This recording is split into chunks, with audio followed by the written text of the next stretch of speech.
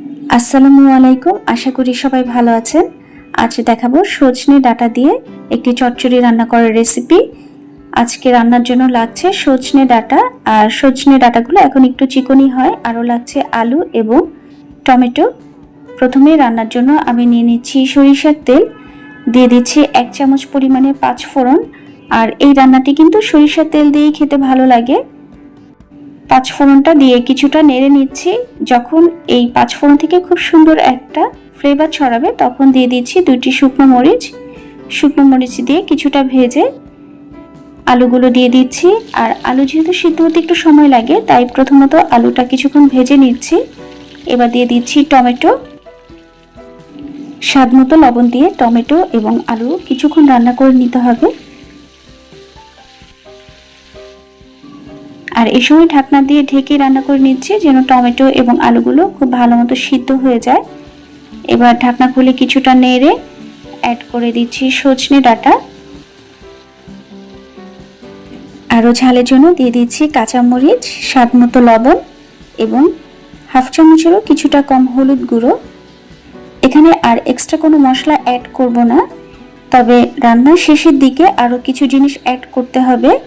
আর আরেকটা জিনিস হয়তো বা খেয়াল করবেন, এই রান্নাতে কিন্তু আমি কোনো পেঁয়াজ দেইনি। এবার এই সব কিছু ঢেকে কষিয়ে নিতে হবে। খুব কম মশলায় এবং খুব কম তেলেই এই রান্নাটি করে ফেলা যায় এবং খেতে যথেষ্ট সুস্বাদু হয়। এবার সজনে ডাঁটা, আলু এবং টমেটো কষানো শেষে অ্যাড করে দিচ্ছি পানি। এবার ঢেকে মোটামুটি হাই আঁচে রান্না করে নিচ্ছি। পানি একেবারে কমে অর্ধেকটা হয়ে গেছে। এবার কিছুটা নেড়ে অ্যাড করে দিচ্ছি সরিষা বাটা। এখানে আমি প্রায় 2 টেবিল চামচ পরিমাণে সরিষা বাটা দিয়েছি এবং সরিষা কিছুক্ষণ ভিজিয়ে রেখে ব্লেন্ডারে ব্লেন্ড করে অথবা বেটে নিলেই চলবে। এবার বাটিটি ধুয়েও পানি দিয়ে দিচ্ছি। এবার আবারও রান্না করে নিচ্ছি। তবে এখনো কিন্তু আরেকটি জিনিস অ্যাড করার বাকি আছে। এবার ঢেকে মিডিয়াম হাই আঁচে রান্না করে নিতে হবে, কারণ সব কিছু সিদ্ধ হওয়ারও প্রয়োজন আছে। এবার আমি চেক করে দেখে নিচ্ছি আলুগুলো সিদ্ধ হয়েছে আর সজনে ডাঁটাগুলো সিদ্ধ হয়ে গেছে।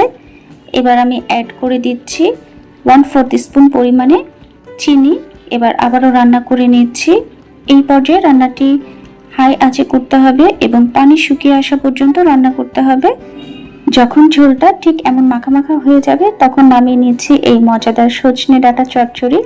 আশা করি আজকের আমার এই রান্নাটি আপনাদের ভালো লেগেছে আর আপনারা বাসায় ট্রাই করবেন। এই গরমে কিন্তু এই রান্নাটি খেতে খুবই ভালো লাগে। আর এতক্ষণ আমার সঙ্গে থাকার জন্য ধন্যবাদ সবাইকে। ভালো থাকবেন সবাই। আল্লাহ হাফেজ।